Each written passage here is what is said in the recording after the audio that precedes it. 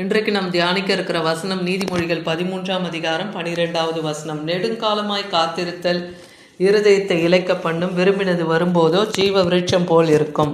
இன்னைக்கு கர்த்தர் நம்மோடு இடைப்படுகிறார். நெடுங்காலமாய் காத்திருக்குதல். எத்தனையோ ரட்சிப்புக்காக நீங்கள் நெடுங்காலமாய் உங்கள் குடும்பத்தில் நீங்கள் காத்திருக்கலாம். பிள்ளைகள் ரட்சிக்கப்படணும், கணவன் ரட்சிக்கப்படணும், நல்ல வேலைக்காக காத்திருத்தல், திருமணத்துக்காக காத்திருத்தல், ஒரு பதவி உயர்வுக்காக காத்திருத்தல், இந்த மாதிரி அநேக ரட்சிப்புக்கு நீங்கள் காத்திருக்கலாம். ஆனால் அது கிடைக்காம கால தாமதமாகிறது நினச்சி உங்கள் இருதயம் இன்னைக்கு சோர்ந்து போயிருக்கலாம். ஆனால் இன்றைக்கி கர்த்தர் சொல்கிறாரு, நீங்கள் விரும்பினது வரும்போதோ ஜீவ விருட்சம் போல் அந்த இருதயம் இருக்க போகுதுன்னு சொல்கிறாரு. கர்த்தர் இன்றைக்கி உங்களை கலங்காமலும் திகையாமலும் இருக்கும்படியாக சொல்கிறார். ஏன்னா காத்திருத்தலினுடைய காரியத்தை, அந்த பொறுமையை, நீடிய பொறுமையை, உங்கள் சாந்த குணத்தை தேவன் பார்க்கிறதா இருக்கலாம் இல்லையா? உங்களை புடமிட்டு கொண்டு இருக்கிறதா இருக்கலாம், உங்களை சோதித்து கொண்டு இருக்கிறதெல்லாம் இருக்கலாம், அந்த வசனத்தின் மூலமாக உங்களை புடமிடுகிறதா இருக்கலாம். நீங்கள் எப்படி கர்த்தருக்கு உண்மையாய், உத்தமமாய், நீதியாய், நீடிய பொறுமை, சாந்தத்தை வெளிப்படுத்துகிறீங்க, அந்த கனிகளை நீங்கள் வெளிப்படுத்துகிறவர்களாக இருக்கிறீங்க என்பதை கூட காண்பதாக இருக்கலாம். அப்போ கர்த்தர் நிச்சயமாகவே முடிவு உண்டு, உன் நம்பிக்கை வீண் போகாதுன்றார் இல்லையா? அப்போ கர்த்தர் உங்களுக்காக மனமிறங்கி நீங்கள் காத்திருக்கிற காரியத்திலே ஒரு ரட்சிப்பை உங்களுக்கு தரப்போகிறார். அதுதான் இன்றைக்கி நம்மோடு இடைப்படுகிறார். யோவான் 16ஆம் அதிகாரம் 22வது வசனத்தில் பார்க்குறோம். அதுபோல நீங்களும் இப்பொழுது துக்கமடைந்திருக்கிறீர்கள், நான் மறுபடியும் உங்களை காண்பேன், அப்பொழுது உங்கள் இருதயம் சந்தோஷப்படும், உங்கள் சந்தோஷத்தை ஒருவனும் உங்களிடத்திலிருந்து எடுத்து போட மாட்டான்னே கர்த்தர் சொல்லுகிறார். தன் சீஷர்களிடத்தில் சொல்கிறாரு, இன்றைக்கி நான் உங்களோடு இருக்கிறேன், நான் உங்களை விட்டு நான் போகிறேன், ஆனால் மறுபடியும் நான் உங்களிடத்துல திரும்பி வருவேன். அதனால் நீங்கள் துக்கம் அடையாமல் இருங்க, சந்தோஷமாக இருங்க. உங்களுக்கு நான் மறுபடியும் திரும்பி வரும்போது உங்கள் சந்தோஷத்தை ஒருவனும் உங்களிடத்துலேருந்து எடுத்து போட முடியாது. அது போல தான் அதிக காத்திருத்தல் இருதயத்தை இழைக்க பண்ணுது. அந்த விரும்பினதை தேவன் கொடுக்கும்போது அந்த சந்தோஷத்தை ஒருவரும் உங்கள் இலையிலிருந்து எடுத்து போட முடியாது. நீதிமொழிகள் 13ஆம் அதிகாரம் 19வது வசனத்தில் சொல்கிறார், வாஞ்சை நிறைவேறுவது ஆத்துமாவுக்கு இனிது, தீமையை விட்டு விலகுவது மூடருக்கு அருவருப்புன்னு இருக்குது. அப்போ நம்ம மன வாஞ்சை, மன விருப்பம், நம்ம ஆத்துமாவுக்கு அது இனிதாக இருக்கும். அது நமக்கு கிடைக்கும்போது நம்ம ஆத்துமாவுக்கு அது இனிதாக இருக்கும். அந்த ஆத்துமா தான் எப்பயும் பரிதவிக்குது, சிந்திக்குது, கவலைப்படுது, துக்கமாக இருக்குது இல்லையா? ஆனால் நம் வாஞ்சை நிறைவேறும் போது அது எப்படி இருக்கும்? இன்றைக்கி சொன்ன அந்த வார்த்தையின்படி அது ஜீவ விருட்சம் போல் இருக்கும் இல்லையா? ஆனால் தீமையை விட்டு விலகாத மூடர்களுக்கு, அந்த தீமையை நான் விட்டு விலக மாட்டேன்னே இருக்கிறாங்க. அந்த விலகாமல் இருக்கிறது எப்படி இருக்கான்? மூடருக்கு அது அருவருப்பு போல் இருக்குன்னா, தீமையை விட்டு விலகவே மாட்டேன், நான் இப்படி தான் இருப்பேன்றவங்களுக்கு கர்த்தர் எப்படி நற்காரியங்களை செய்ய முடியும் இல்லையா? அதனால் அந்த மூடருக்கு அது தீமையை விட்டு விலகாதது, அது அருவருப்பாகவே இருக்கிறது. சங்கீதம் 119 81 82 வசனத்தில் நீங்கள் பார்க்கும்போது, உம்முடைய ரட்சிப்புக்கு என் ஆத்துமா தவிக்கிறதுன்னு தாவீது சொல்கிறார். கர்த்தருடைய ரட்சிப்புக்கு காத்திருக்கிறவர்களாக இருக்கிறீங்க. எல்லாம் நிறைய விதமான ரட்சிப்புகள் இருக்குது இல்லையா? அந்த மாதிரி ரட்சிப்புக்கு காத்திருக்கிறீங்களா? அப்போ உங்களுடைய ஆத்மாவுக்கு தேவன் இன்னைக்கு சொல்கிறார், அவர் வசனத்துக்கு நீங்கள் காத்திருக்கிற ஒரு வார்த்தை கர்த்தரிடத்துலேருந்து வந்தால் போதும், ஒரு வசனம் உங்களுக்கு வெளிப்பட்டால் போதும், அதை நீங்கள் பிடிச்சிட்டு அதை நீங்கள் விசுவாசித்து தேவனிடத்தில் நீங்கள் கேட்டுக்கொண்டே இருக்கும்போது கர்த்தர் உங்களுக்கு இறங்குவார். ஏன்னா எப்பொழுது என்னை தேற்றுவீர் என்று உம்முடைய வாக்கின் மேல் நோக்கமாய் என் கண்கள் பூத்து போகிறதுன்னே தாவீது சொல்கிறார். எப்போ எனக்கு ஒரு ஆறுதலான வார்த்தை வரும், எப்போ என்னை தேற்றுவீர்னு சொல்லி தாவீது என் கண்கள் கூட பூத்து போகிறதேன்னு சொல்லி தேவனிடத்தில் ஒரு விண்ணப்பம் வைக்கிறார். அதை நீதிமானுடைய பலன் ஜீவ விருட்சம்னே நீதிமொழிகள் 11:30 பார்க்குறோம். அப்போ நீதிமானுக்கு வர பலன் ஜீவ விருட்சத்தை போல் அது என்றென்றும் ஜீவித்திருக்கிறது. ஜீவ விருட்சம் என்பது அது ஆத்துமாக்களை ஆதாயப்படுத்தி கொள்ளுகிறவன் பாக்கியவானாக இருக்கான். அநேக ஆத்துமாக்களை கர்த்தருக்கு நேராக திருப்புறாங்க இல்லையா? அந்த மாதிரி ஆத்துமாக்களை ஆதாயப்படுத்தி கொள்ளுகிறவர்கள் பாக்கியவான்களாக இருப்பாங்கன்னு வேதவசனம் சொல்லுகிறத பார்க்குறோம். நீதிமொழிகள் 3:18 சொல்லுது, அது தன்னை அடைந்தவர்களுக்கு ஜீவ விருட்சம், அதை பற்றி கொள்ளுகிற எவனும் பாக்கியவான். அதுன்னு சொல்லப்படுறது என்னன்னா, கர்த்தருடைய வேத வசனம், கர்த்தருடைய போதகம், அதை நாம் தள்ளாமல் அவர் வார்த்தைக்கு நம்ம செவி கொடுத்து அதன்படி நாம் நடந்தோம்னா, அந்த வசனத்தை நம்ம அடைந்த அந்த போதகத்தை அடைந்தவர்களாக இருந்தோம்னா நம்ம ஜீவ விருட்சம் போல நாம் இருப்போம்.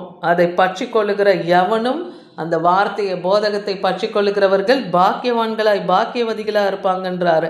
சங்கீதம் 17:15 பார்க்குறோம், நானோ நீதியில் உம்முடைய முகத்தை தரிசிப்பேன், நான் விழிக்கும் போதெல்லாம் உம்முடைய சாயலில் திருப்தியாவேன்னு தாவீது சொல்கிறாரு. அப்போ அவர் காத்திருத்தல் உன்னுடைய காரியம் எப்படி இருக்குது பாருங்கள். இன்றைக்கி கூட உங்கள் இருதயம்லாம் எவ்வளோ சோர்ந்து போயிருக்கலாம்.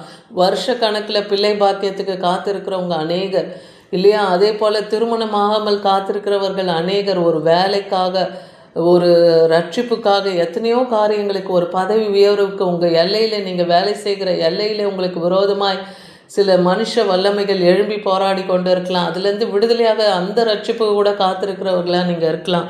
இன்றைக்கி கர்த்தர் சொல்கிறாரு, நீங்கள் எப்படி தாவீது அவருடைய முகத்தை நான் தரிசிப்பேன், அவர் சாயலில் திருப்தி ஆவன், அதை போல் கர்த்தரை தரிசிக்க அவர் சாயலில் திருப்தியாக நீங்களும் தேவ சமூகத்தில் காத்திருங்க. தேவ சமூகத்தில் காத்திருந்து அவர் வார்த்தையை பெற்றுக்கொண்டு அந்த வார்த்தையிலே நீங்கள் பலனடைங்க. அவர் சத்துவத்தினாலும் பலத்தினாலும் உங்களுக்கு இடை கட்டுவார். உங்களுடைய காரியங்களுக்கு தேவன் இறங்குவார்.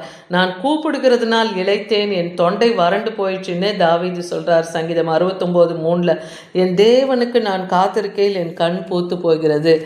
அதாவது தேவனை அழைத்து அழைத்து என் தொண்டை கூட என்னாச்சு, வற்றி போயிடுச்சு அப்படின்னு சொல்கிறோம் இல்லையா? அதை போல் நீங்களும் தேவனிடத்தில் பல முறை கேட்டும் பதில் வராமல் இருக்கலாம். ஆனால் சில காரியங்களுக்கு கர்த்தர் நமக்கு ஆலோசனை வழியும் சொல்லுவார். ஏன் அந்த காத்துறதுக்கு பதில் இல்லாமல் இருக்கணும் இல்லையா? அது வர வசனங்களில் நம்ம அதை பார்ப்போம்.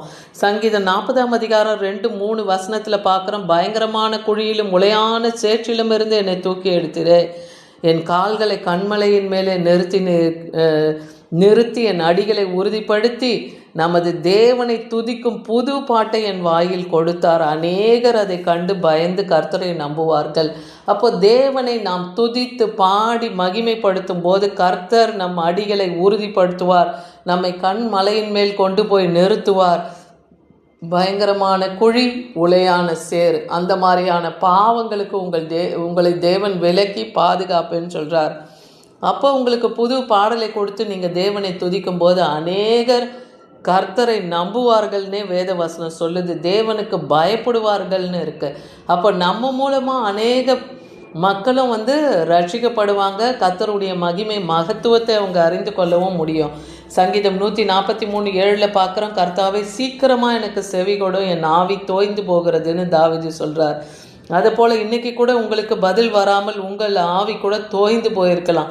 நான் குழியில் இறங்குகிறவனை போல இருக்கிறேனே, அதுக்கு ஒப்புக்கூடாதபடிக்கு உமது முகத்தை எனக்கு மறைக்காதீங்கப்பா. அப்போ இந்த காலதாமதம் ஆகிறதுக்கு இன்னொரு காரியம், தேவன் தன்னுடைய முகத்தை நமக்கு மறைக்கிறாருன்னா நம்ம மேலே தேவன் கோபமாக இருக்கிறாருன்னு அர்த்தம். அப்போ எந்த எல்லையில் நாம் தேவனை கோபப்படுத்துகிறோம்? தேவனை துதிக்காமல், ஆராதிக்காமல், மகிமைப்படுத்தாமல், தேவனுக்கு கொடுக்க வேண்டிய நேரத்தை கொடுக்காமல் இருக்கிறோமா? தேவன் ஏன்னா நம்ம எல்லாரையும் அவர் பிள்ளைகளாக தெரிந்தெடுத்திருக்கிறார் இல்லையா? அழைக்கப்பட்டவர்கள் அநேகர், தெரிந்து கொள்ளப்பட்டவர்களோ சிலர்னு இருக்கு. அதை போல் உங்களை கூட தேவன் அழைத்து இருக்கலாம். ஆனால் உங்களிடத்தில் தேவன் எதிர்பார்க்குறது என்ன? அவரிடத்தில் நீங்கள் அன்பு கூறணும்னு அது இல்லாமல் இருந்திருக்கலாம். அதனால தேவன் உங்களுக்கு தன் முகத்தை மறைக்கிறதா இருந்திருக்கலாம். இன்றைக்கி தேவனை நோக்கி பாருங்கள், அவருக்கு நேரத்தை கொடுங்க, அவர் இரக்கத்தை பெற்றுக்கொள்ளுங்க. ஏன்னா இஸ்ரவேல், யாக்கோபுனுடைய இன்னொரு பேர் இஸ்ரவேல் இல்லையா? யாக்கோபு தன் பிள்ளை யோசேப்பு இறந்துட்டான்னு தன் சகோதரர்கள் அவனை ஓனாய் பீறி போட்டதுன்னு அவனை ஒரு படுகுழியில் தள்ளிட்டு தன் தகப்பனிடத்தில் அவன் இறந்து போனதாக சொல்லிடுறாங்க இல்லையா? ரொம்ப வருஷம் தன் பிள்ளைக்காக அவர் காத்திருந்து அழுது அவர் கண்ணு எல்லாம் சொருகி போய் கண்ணீரே வற்றி போன நிலைமையில் ஆகுது இல்லையா? ஆனால் ஒரு டைம் வருது, யோசேப்பு எந்த குழியில் தள்ளினாங்களோ தேவன் அந்த குழியிலேருந்து அவரை எடுத்து எகிப்திலே அவரை உயர்ந்த ஸ்தானத்தில் வைத்திருந்தார். கானானிலே பஞ்சம் வந்தபோது இஸ்ரவேலாகிய யாக்கோபையும் அவன் சந்ததியையும் அந்த எகிப்துக்கு வரும்படியாக யோசேப்பு அழைப்பு விடுக்கிறார் இல்லையா? தன் ரதத்தை ஆயத்தப்படுத்தி அதன் மேலே தன் தகப்பனை சந்திக்கிறதுக்காக போகிறாரு. அப்போது அங்கே இஸ்ரவேலை சந்திக்கும்படி போய் அவனை கண்டு அவனுடைய கழுத்தை கட்டி கொண்டு வெகு நேரம் அவர் அந்த கழுத்தை விடாமல் யோசேப்பு அழுதார்னு பார்க்குறோம். அப்பொழுது இஸ்ரவேல் யோசேப்பை பார்த்து சொல்கிறாரு, நீ இன்னும் உயிரோடு இருக்கிறாயா? நான் உன் முகத்தை காண்பேன் என்று நான் நினைக்கலையே, எனக்கு இப்போ மரணம் வந்தாலும் வரட்டும் அப்படின்னு சொல்லி இஸ்ரவேல் தன் மகனை கட்டி அணைத்து அழுகிறார். அப்போது அதிக காத்திருத்தல் இருதயத்தை இலைக்க பண்ணி வச்சிருந்தது அன்னைக்கு அவருக்கு. ஆனால் யோசேப்பை கண்ட உடனே அவர் மகிழ்ச்சி அடைகிறாரு. இப்போ மரணம் வந்தாலும் பரவாயில்லன்னு சொல்கிறாரு. அதுபோல் எத்தனையோ காரியங்களுக்கு நீங்கள் காத்திருக்கலாம். லூக்காவில் 18ஆம் அதிகாரம் 1லேருந்து நீங்கள் 14 வசனம் வரைக்கும் வாசித்து பார்த்தீங்கன்னா, இங்கே ஒரு ஓமை கதையை ஆண்டவராக இயேசு கிறிஸ்து தன் சீஷரிடத்தில் சொல்கிறார். ஒரு பட்டணத்தில் ஒரு நியாயாதிபதி இருக்கான். அவன் தேவனுக்கு பயப்படாமலும் மனுஷனை மதிக்காமல் இருந்தான். அந்த பட்டணத்தில் ஒரு விதவையும் இருக்கிறா. அவள் போய் அவனிடத்தில் தன்னுடைய எதிராளியாக இருக்கிறவன் காரியத்தில் தனக்கு நியாயம் செய்யும்படியா அவன் வீட்டு வாசற் கதவை ஒரு நாளும் தட்டி கொண்டே இருக்கிறான். வெகு நாள் வரைக்கும் அவன் மனதில்லாமல் அவளுக்கு நியாயம் செய்யாமல் இருக்கிறான். பின்பு ஒரு நாள் அவன் தேவனுக்கு பயப்படாமலும் மனுஷனை மதியாமலும் இருந்த அவன், அந்த விதவை என்னை எப்போதும் தொந்தரவு செய்கிறாளே, அடிக்கடி வந்து என்னை அலைக்கழிக்கிறாளே சொல்லி அவள் தன்னை அலட்டாதபடிக்கு அவன் நியாயம் செய்ய வேண்டும் என்று தன் கதவை திறந்து அவளுக்கு நியாயம் செய்தான் பார்க்குறோம். அப்போ கர்த்தர் அந்த சீஷர்களையும் நோக்கி சொல்கிறாரு, அநீதி உள்ள அந்த நியாயாதிபதியே தான் சொன்னதை சிந்திச்சு பார்த்து அந்த விதவைக்கு நியாயம் செய்தான். அந்தபடியே தேவனும் தம்மை நோக்கி இரவும் பகலும் கூப்பிடுகிற உங்களுடைய சத்தத்தை கேட்பார்.